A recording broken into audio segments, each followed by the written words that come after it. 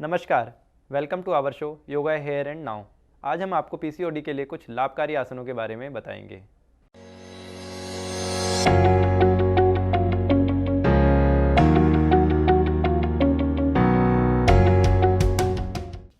तो चलिए बढ़ते हैं हम अपने पहले आसन की ओर, जिसका नाम है बद्धकोण आसन। बद्धकोण आसन को करने के लिए इस प्रकार धीरे धीरे पद्मासन को खोल लीजिए और दंड आसन में आ जाइए। दंड आसन में आने के बाद कमर गर्दन आपकी सीधी होनी चाहिए। धीरे धीरे एक घुटने को इस प्रकार मोड़ लीजिए, धीरे धीरे दूसरे घुटने को मोड़ लीजिए और एक बटरफ्लाई पोज में आ जाइए।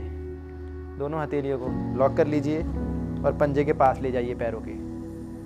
सामान्य श्वास, कमर गर्दन सीधी। श्वास भरिए, श्वास को छोड़ते हुए आगे की ओर इस प्रकार झुक जाइए।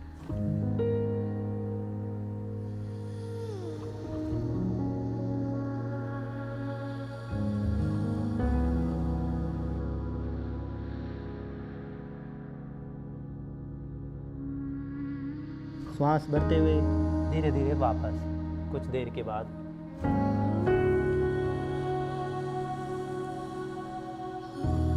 अब धीरे धीरे अपने हाथों का लॉक खोल लीजिए, घुटनों को धीरे धीरे सीधा कर लीजिए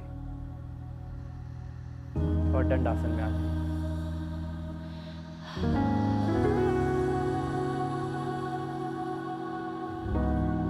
जैसा कि आप सभी लोगों ने देखा, ये था बद्धकोण आसन। तो चलिए बढ़ते हम अपने दूसरे आसन की ओर, जिसका नाम है पश्चिमोत्तानासन। पश्चिमोत्तानासन करने के लिए आप धीरे धीरे पद्मासन को इस प्रकार खोल लीजिए। कमर गर्दन सीधी, दोनों हाथ एड़ी पंजे मिले होने चाहिए, दोनों हाथ सीधे होने चाहिए जंघा के बगल में। धीरे धीरे श्वास भरिए और दोनों हाथों को ऊपर की ओर उठा लीजिए। श्वास छोड़ते हुए धीरे धीरे आगे की ओर झुक जाइए।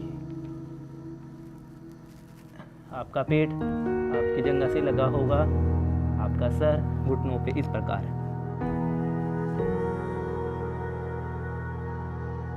कुछ देर इस अवस्था में बने रहें।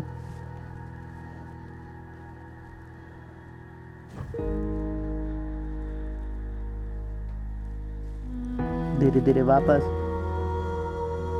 अपनी प्रारंभिक स्थिति में।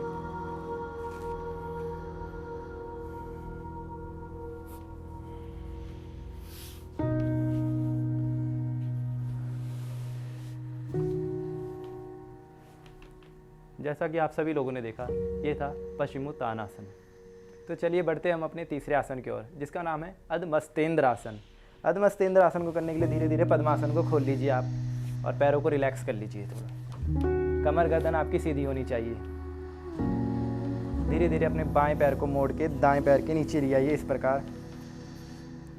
दायां पैर बाएं पैर के घुटने के पास, दायां हाथ पीछे आपका इस प्रकार। बाएं हाथ को उठाइए और दाएं पैर के पंजे को पकड़ लीजिए इस प्रकार। गर्दन आपकी पीछे।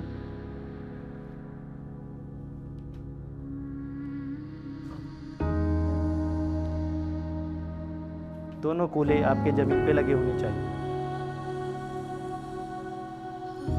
सामान्य श्वास के साथ इस अवस्था में बने रहिए।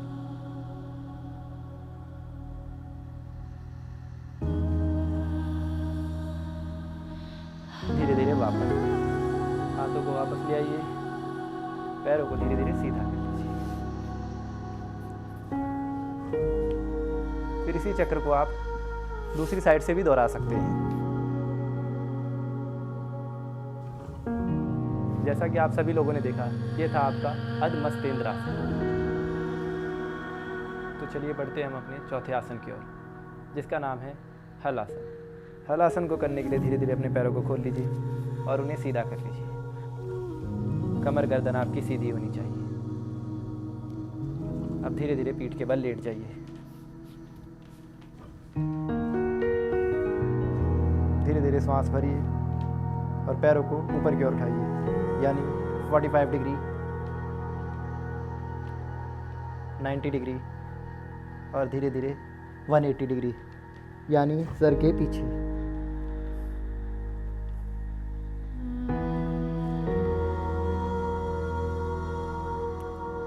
कुछ देर इस अवस्था में बने रहें।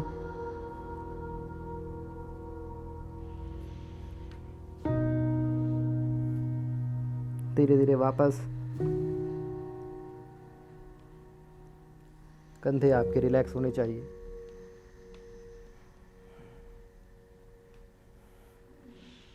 डिग्री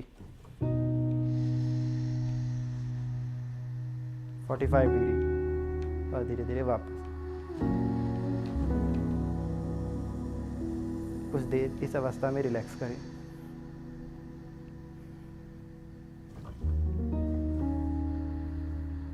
अब धीरे धीरे बाईं तरफ से करवट लेके उठ जाए।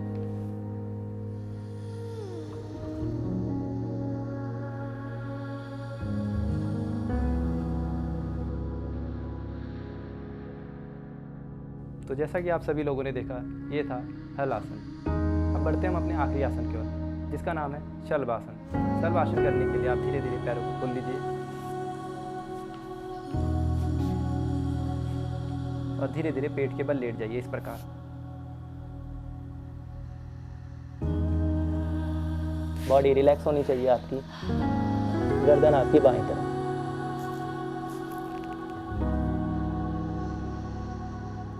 अब धीरे धीरे दोनों पैरों को मिला लीजिए और दोनों हाथों को जंघा के नीचे रख लीजिए इस प्रकार। सामने की तरफ चिन्ह लगा होना चाहिए आपकी गर्दन का। अब धीरे धीरे सांस भरिए और अपने बाएं पैर को ऊपर की ओर उठाइए इस प्रकार।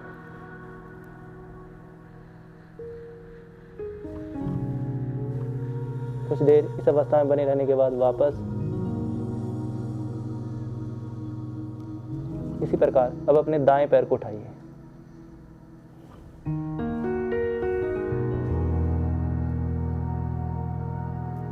धीरे धीरे वापस। अब इसी क्रिया को आप अपने दोनों पैरों के साथ दोहराइए और दोनों पैरों को एक साथ उठाइए। सांस भरिए और सांस भरते हुए दोनों पैरों को ऊपर की ओर उठा लीजिए इस प्रकार।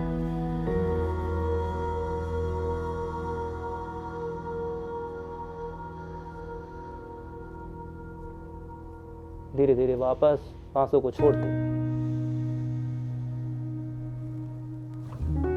धीरे धीरे पैरों को रिलैक्स कर लीजिए, हथेलियों को भी रिलैक्स छोड़ दीजिए। अब बॉडी को रिलैक्स छोड़ दीजिए।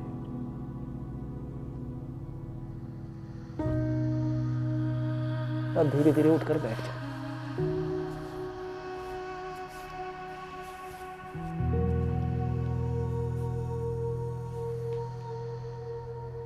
अगर आप बिगिनर हैं तो इन सभी आसनों की स्टार्टिंग में 2 से 3 चक्र दोहरा सकते हैं। यहाँ तक वीडियो देखने के लिए शुक्रिया। अगर वीडियो अच्छी लगे तो वीडियो को लाइक और शेयर करना ना भूलें। साथ ही हमारे चैनल को सब्सक्राइब जरूर करें। धन्यवाद।